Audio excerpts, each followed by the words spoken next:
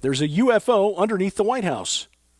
This is Skywatch TV News, June 19th, 2015. I'm Derek Gilbert. That's the claim of Will Allen, a ufologist who claims to be a former Air Force One engineer. He says that earlier this year, he took a photograph of an alien craft firing a directed energy beam or weapon over the U.S. Capitol and then coming into land at a secret base near the White House underneath the Potomac River.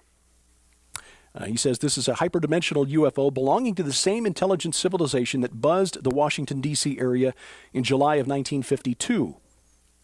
Now, it's no surprise that outside the UFO truther community, many consider Mr. Allen delusional.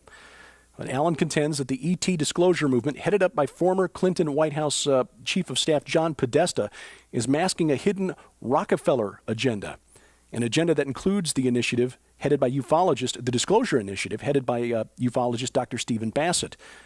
Allen believes that there's a secret program funded by the U.S. government and the Rockefellers that has sent astronauts to Mars, the so-called Mars Jump Room program, using quantum technology given to the CIA by alien greys. Furthermore, Allen contends that one of the visitors to Mars was one Barry Soetoro, better known to you and me as Barack Obama. Now, you're probably asking why I even bothered to bring this story to your attention. No, we don't believe that this is true, but you should know that this is what passes for truth for some in the UFO truther community. People, believe it or not, can lead productive lives and still hold beliefs like this as part of their worldview. And this substitutes, sadly, for a belief in God for many people. See, all of us have a need to understand the answers to the bigger questions of life. Where did we come from? Why are we here? Where do we go when we die? And some, like Mr. Allen, will find it in stories like this. Refer back to the studies I mentioned a couple of weeks ago in this program. The 2012 survey by the National Geographic Channel and the 2009 Barna Group survey. In America, people are 4 times more likely to believe that ET is here on Earth than to believe in God as he has revealed himself to us through the Bible, in spite of the evidence. Speaking of, more evidence that supports the biblical narrative. A 3,000-year-old piece of clay pottery containing the name of one of King David's rivals has been discovered at a site west of Jerusalem, found among ruins in an area that's linked to David's defeat of the Philistine giant Goliath. The name on the pot is Ishbaal, which means man of Baal. Ishbaal, or Eshbaal in the Bible, one of the 4 sons of King Saul. He was chosen the second king of Israel after Saul, and Ishbaal's 2 other brothers were killed. Jonathan, 2 other brothers besides Jonathan, that is, Malchi-Shua and Abinadab. They died on Mount Gilboa while fighting the Philistines. Ishbaal was proclaimed king by Abner, commander of the army of Israel. War followed when the tribe of Judah, which proclaimed David their king, rebelled. Abner finally joined David's side in the civil war, and 2 of Ishbaal's army captains murdered him in his bed. They expected to be rewarded by David, and for their trouble, because they struck down the Lord's anointed, David had them hung and had their hands and feet removed. He is mentioned in the Bible, 2 Samuel, as Ishbosheth, which means man of shame. Hebrew using some wordplay there to describe Baal, a shameful thing instead of man of Baal. Discoverers of the pot have previously claimed that the location that they're digging in was a royal palace and a storehouse during the time of King David, and they point out that as recently as 4 or 5 years ago, 5 or 6 years ago, there were no known inscriptions found in Judea dated to the time of King David, and now there are 4. Again, the more we know about history, the more it supports the biblical narrative. A rabbi says he's heard from the prophet Elijah, and the message for the people of Israel is grim.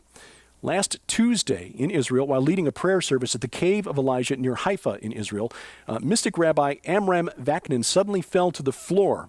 And a witness told a reporter that the rabbi said the prophet Elijah delivered a message to him for the people of Israel. The message: war is coming to Israel, beginning in the south of the country, spreading to the north, a war that will leave thousands of people dead. Now, Rabbi Vaknin, who's 75 years old, reportedly comes from a line of mystics who receive messages from heaven, they claim. And it's claimed that Rabbi Vaknin accurately predicted the Gaza Freedom Flotilla of 2010, Operation Pillar of Defense in 2012, and Operation Protective Edge in 2014. Now, whether this prediction, prophecy, call it what you will, comes true remains to be seen. But given that we know that radical Islamists related to the Islamic State or linked to the Islamic State are working in the Sinai Peninsula, this prophecy, prediction, may not be that far-fetched. A church in Israel, believed to be on the site where Jesus miraculously fed 5,000 people with 5 loaves of bread and a couple fishes, was damaged in an arsonist's attack last night. In fact, yesterday, the Church of the Multiplication of the Loaves and Fishes was gutted by the fire. A verse from a Hebrew prayer denouncing the worship of false gods was spray-painted on a wall. The church was built in the 1980s, overseen by the Benedictine order that was located on the site of churches built in the 4th or 5th century, again on the shore of Lake Galilee, believed to be a site where the miracle of the loaves and fishes took place. Speaking of the Islamic State is carrying the fight to Yemen. This is the nation just south of Saudi Arabia. Bomb attacks on Shia mosques there left 31 people dead and dozens wounded Wednesday in the capital city of Sana'a.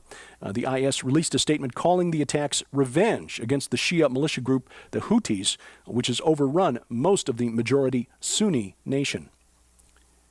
MERS continues to spread. The Middle East Respiratory Syndrome confirmed in Thailand. That becomes the 4th country in Asia with patients falling victim to the disease. In this case, a 75-year-old businessman from the Persian Gulf nation of Oman taken ill there. 59 other people in Thailand are being monitored for the disease.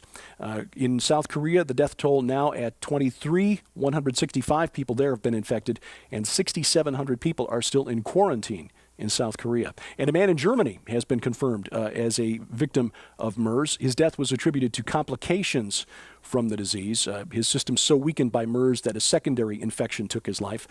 About 200 people who had contact with that patient tested for MERS. So far, all results negative. We move one step closer to the technological singularity. Another tech giant diving into artificial intelligence research as Twitter has purchased the AI company WetLab. Now, Twitter hasn't commented on its plans for the new acquisition. Could be that it plans to use artificial intelligence to better target advertising or filter spam more effectively. Facebook and Google already heavily invested in artificial intelligence research. One analyst compares Google's investment in AI to the Manhattan Project, which was the crash program during World War II that led to the development of America's first nuclear bomb. Tuesday night, we broadcast an interview with Steve Quayle, another 30-minute discussion between Steve and Tom Horn, talking about what may lie ahead as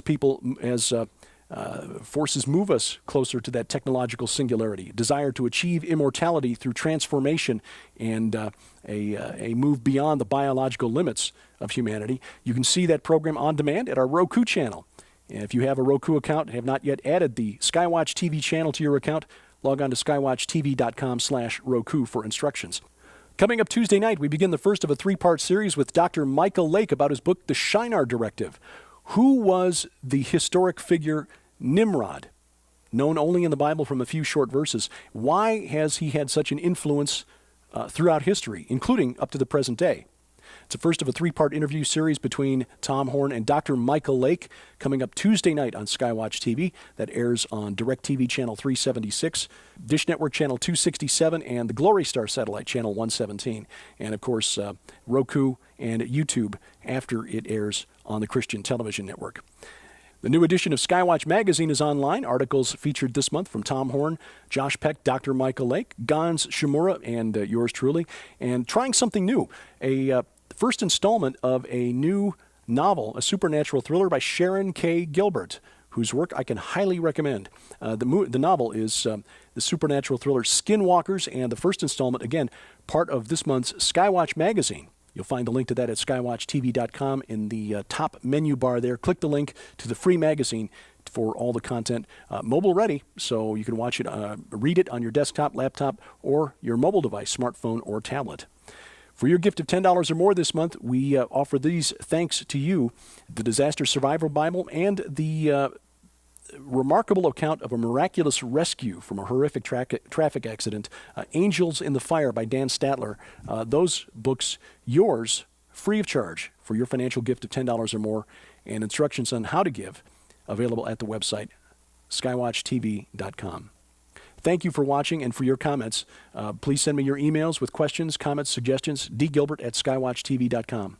Have a blessed weekend, and keep watching as we keep watch.